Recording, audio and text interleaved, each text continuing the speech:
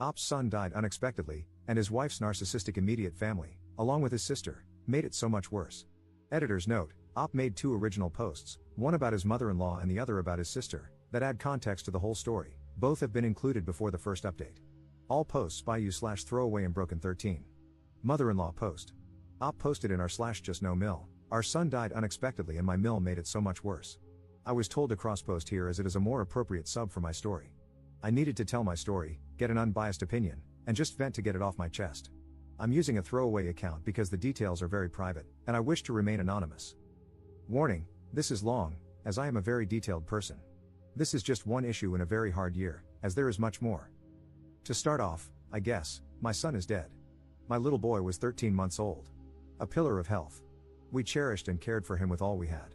He was perfect on Tuesday, dying on Wednesday, and passed 7 days later. That is a whole other story in itself. I got along well enough with my in-laws. However, my mother-in-law acts very immature and erratic. My wife told me her mom used to be an alcoholic. As I grew more confident in my relationship with my wife, I told her, I think your mom might have alcoholic brain damage. Where I need help is this. My son needed emergency surgery as his brain, for unexplained reasons, was swelling. They had to remove part of his skull to allow for the expansion. My parents arrived within an hour of my call. My in-laws, whom this post is about, arrived much later, even though they live 30 minutes closer. My in-laws left as quickly as they arrived. My parents, however, stayed. They slept on waiting room coffee tables, waiting to hear if our little boy would live. He made it through that first surgery, only to pass away the day after Mother's Day. My parents never left our side, even though they had brought no clothes or supplies. My in-laws, on the other hand, did not reappear until it was time to say goodbye. My mother-in-law arrived in pajama shorts and a t-shirt that was too small to hide her girth. She began asking the nurse if they had ever treated any murderers. As we took our time saying our goodbyes, she noisily played games on her iPad. The nurses arranged for us to take him outside one last time, even though he was on life support. You see, our son rarely cried, but whenever he did, we simply took him outside. It cheered him up instantly. Being outdoors was his favorite place in the world. My wife went first and held him one last time beneath the stars to say goodbye. Before I even had my turn, my mother-in-law asked us to hurry up. I was furious. I told her in the calmest voice I could muster, leave. I meant for her to go home. She took it as permission to go inside. She stopped to clarify, and I just said, go. We brought my son back inside, and they disconnected him from the machines that kept him alive. It was the hardest thing ever. I have been diagnosed with depression, severe anxiety, and PTSD, and I am on antidepressants as a result. While we were waiting for him to pass on, he slowly started turning gray. My mother-in-law decided to clean up his hospital room. The problem with that is, as you know, she wasn't there, so the stuff she was throwing out was our paperwork from the social worker for grief support, etc. My mom stopped her from throwing it out while I yelled at her to stop. All the while, my father-in-law and sister-in-law sat there doing nothing, looking annoyed. When he was finally gone, my wife had to wait for the nurses to remove him from her arms, which was quite difficult as he was limp. My mother-in-law left immediately. When my wife got up, she asked, crying, "Where's my mom? I need a hug." We did not see or speak to my in-laws for 2 days. We couldn't bear the hurt on top of the grief. I decided to clear the air and invited just my father-in-law for lunch. He arrived, made idle chit-chat, and then got up to leave. I said, "What about lunch?" He said he needed to get home. We told him to wait, we needed to discuss some things. We described how hurt we were by my mother-in-law's behavior, and he said she just didn't cope well. We said we would do our best to understand, but while we were sorting out our feelings, please ask her not to disturb us. We also said that if she was struggling, she had the option not to come to our son's visitation, we would understand. His response was, "Well, I guess I'll go home and kill myself." I have no clue what he said to my mother-in-law. Next thing we know, she phones and says, "I hear you were upset with me. Too effing bad. I won't be at the visitation." Click. I was furious. I felt like I had just failed as a father, I was not going to fail as a husband. I immediately called her back and tore her a new one. Her response was, "I am not going to talk to you if you are going to use that language." I said, "F you. You don't get to swear at my grieving wife and then claim some kind of moral high ground." She hung up on me. She immediately phoned my wife, who had said and done nothing at this point. She called my wife a effing beach and hung up. Then she began calling us every 2 seconds. Then she started sending threatening texts, saying she would harm us. I called my father-in-law and told him to get things under control or I was calling the police. He begged me not to call the cops and took away her phone. The call stopped. We did not receive any support from my wife's family. They did not attend any events prior to the visitation. My father-in-law showed up late to my son's visitation wearing cargo shorts and an old golf shirt. A few days passed. I called my wife's aunt, whom I had gotten to know a little, as they were not a close family. I asked her for some perspective on my mother-in-law. She said they had a falling out over 20 years ago. Apparently, the aunt had cancelled a sleepover between my wife and her cousin because the cousin didn't want to go anymore. My mother-in-law told the aunt, "I hope you die." She then drove over to their home, knocked on the aunt's door, and told her again, face to face, "I hope you die." Apparently, my wife's family disappeared for 3 years. The extended family had no idea where they were. Then we spoke to my wife's grandmother. She told us that my mother-in-law was diagnosed as bipolar years ago and has a history of violent behavior, including repeatedly slamming the grandmother's arm in a car door. The grandmother reiterated that they lost track of my wife and in-law's whereabouts for 3 years. She feared that my mother-in-law would be violent toward my wife. My wife broke into tears, saying that her mother had beaten her repeatedly in her drunken stupors. Now we had a clearer picture: my mother-in-law is mentally ill. My father-in-law knew this and hid it from his children. He knew how unstable his wife was and still brought her to the hospital. He completely mismanaged the situation by keeping everyone in the dark. My wife asked him very respectfully for a break in communication, advised by her therapist, as she needed to heal, and her family was hurting more than helping. It's been a few months, and we finally heard from him again. I have copied and pasted his email below. I hope you are doing well. You are always in my thoughts. I'm writing this email because we really need your help with Mom. She has been in the psych ward in the hospital twice, once for 6 days and then for over 2 weeks. The root of this problem was her reaction to your son's passing and how her reaction to this was treated. As her therapist says, everybody reacts to death differently, and no two people grieve the same. I think it would be healthier if you two could get past this and start a healing process. At present, your mother is sliding back into a very depressed state, brought on by 2 things: the absence of your son and the absence of her eldest daughter. She said this to her therapist at her latest session. I'm sure Mom misses you and thinks of you often but is nervous to reach out to you, as you may not be ready for this. Mom's therapist is very concerned with her mental state, so I think a phone call or setting up a visit, just you, to see if you two can reconnect at some level, even if it's meeting at a coffee shop or at Mom's therapist's office, would be helpful. Whatever you are both comfortable with. It may or may not work, but I see this as a good, viable option compared to what's going on now. So, mull this over and please let me know if us getting together is a possibility. We would really like it to be. Love, Dad. In her response, my wife told him everything we had learned and pointed out how he had failed as a father, including this email, which was void of fatherly concern for her well-being. She did, however, offer to meet with her mother-in-law's therapist if it would help. His response was, "Sorry to have disappointed you. Have a nice life." I was furious at this email. Not only did he not care about my wife's mental state, but he also did not try to re-establish communication first before making an ask. My wife has decided she is done with her parents. I have supported her decision, as they have been toxic to both of our recoveries. Sister post same day. Op posted in r/justnofamily, completely done with my sister after my son died. Posted earlier today, I was directed to this sub. I cross-posted there if you're interested. I won't post again here, but I wanted to share about my sister. My sister is 4 years older than me. We were somewhat close since our parents only had the 2 of us. She always bossed me around, but by the time I was 12, I realized she was not a kind person. My sister had screwed me over for years. I would help her constantly, even to my own detriment, because, in my mind, that's what families do. But she would never help me when I needed her. The few times she agreed to help, she would pull out at the last minute. I could give you years of backstory, but I'll skip ahead to the final straws. 4 years ago, my wife and I were buying our first home. My brother-in-law owned a truck for his business. My sister offered it to help us move, as my brother-in-law was quite sickly, lung issues, and couldn't help with the actual lifting, etc. This was to be their contribution.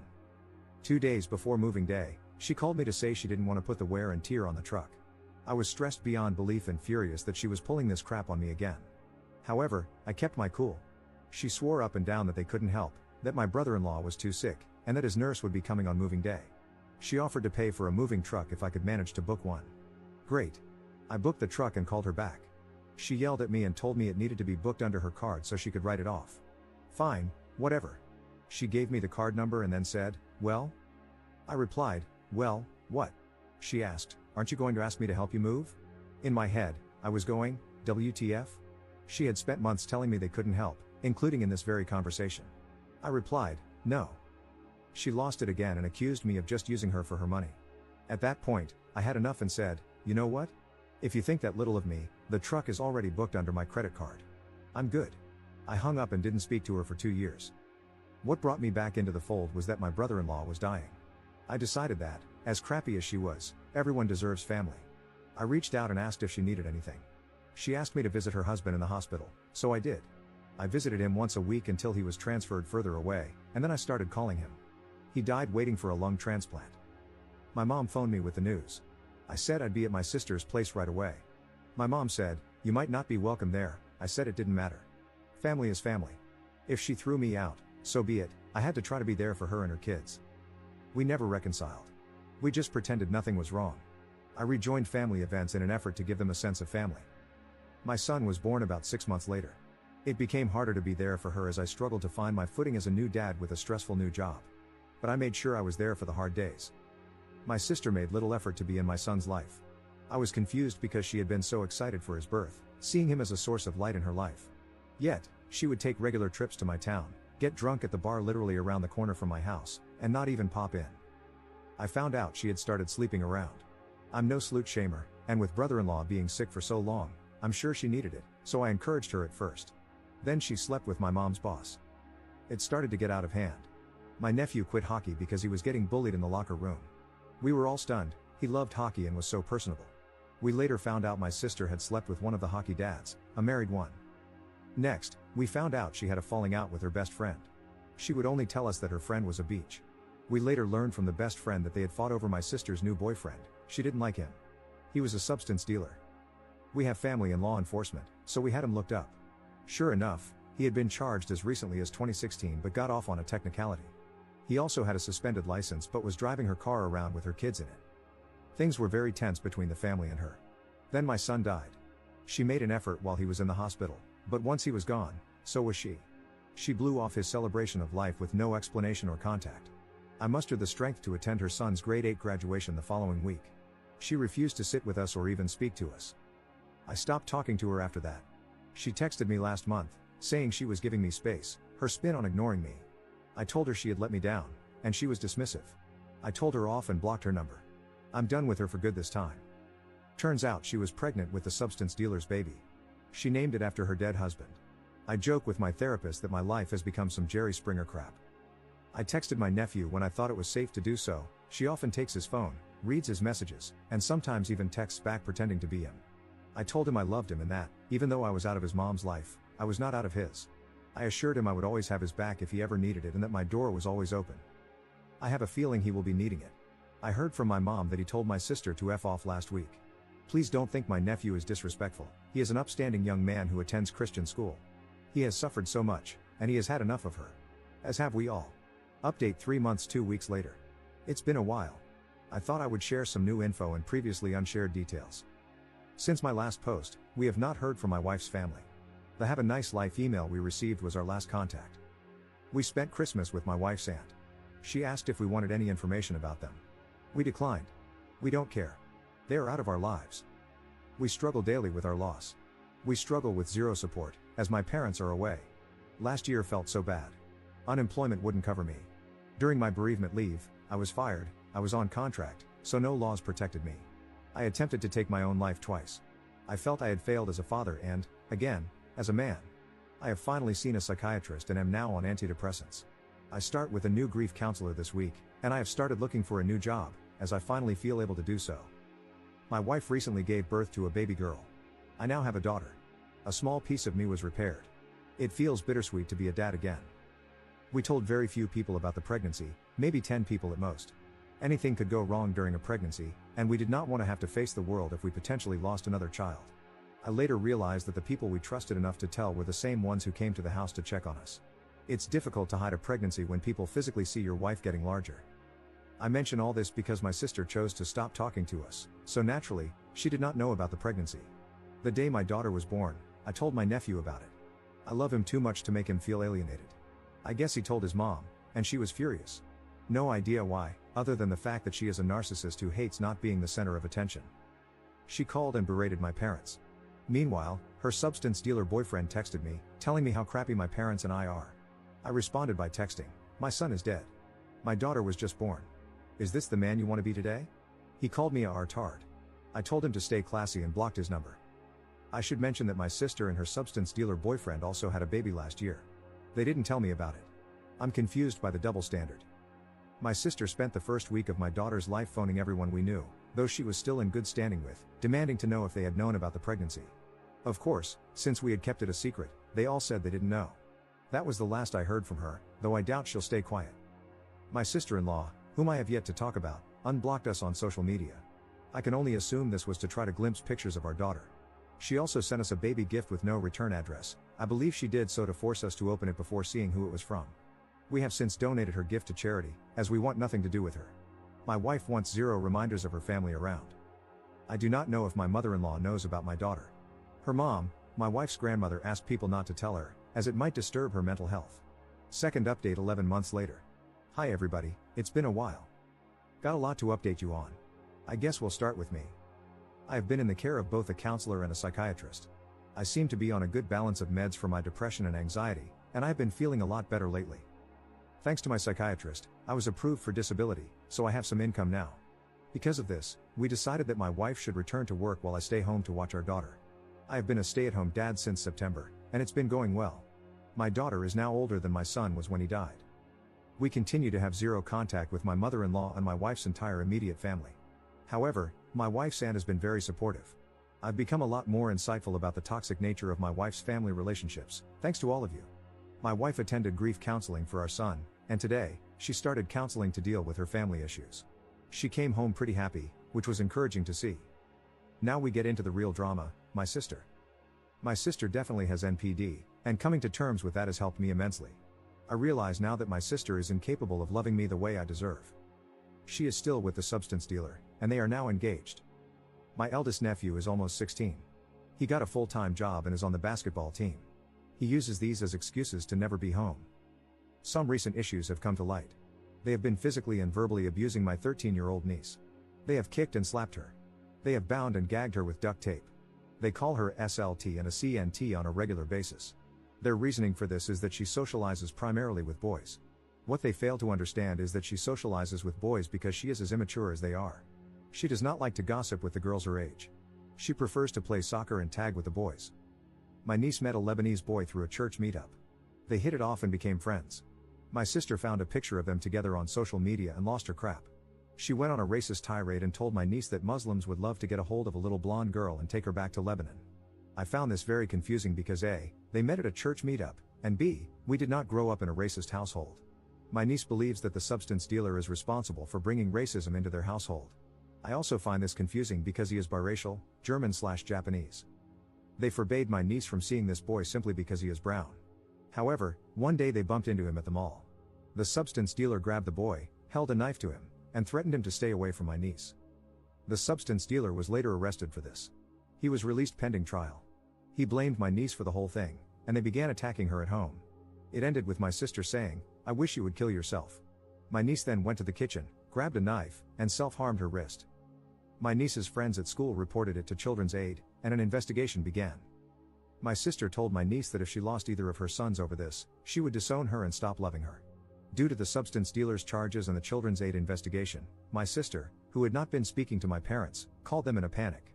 On a long shot, my mom suggested she send my niece down south to stay with them. They are snowbirds. My sister was desperate and agreed. My niece is currently safe and happy with my parents. My parents and I agree that they must keep her at all costs. She cannot go back to that abusive home. I will let you know if they get legal custody of her, as the battle is only just beginning. We get little nuggets of information from my niece as she remembers things. Again, she is naive/immature. She says the substance dealer gets high, and when he is high, he becomes paranoid. He gets a machete out and sits with it. He often forgets it and leaves it lying on the couch for the toddler to find. I had to ask my niece something I already knew the answer to in my heart, but I needed to hear it. She told me that she and her older brother did not come to my son's celebration of life because my sister kept it from them. My niece and nephew still love me, but their mom has kept them from me. I knew deep down that was what was happening, but it still hurts so much to know that I was deprived of their love and comfort at a time in my life when I needed it most. Editor's note. Op has a final update posted 3 years 3 months after the last update I just covered, but his post was deleted too fast for it to be archived. Op has not posted anything else since.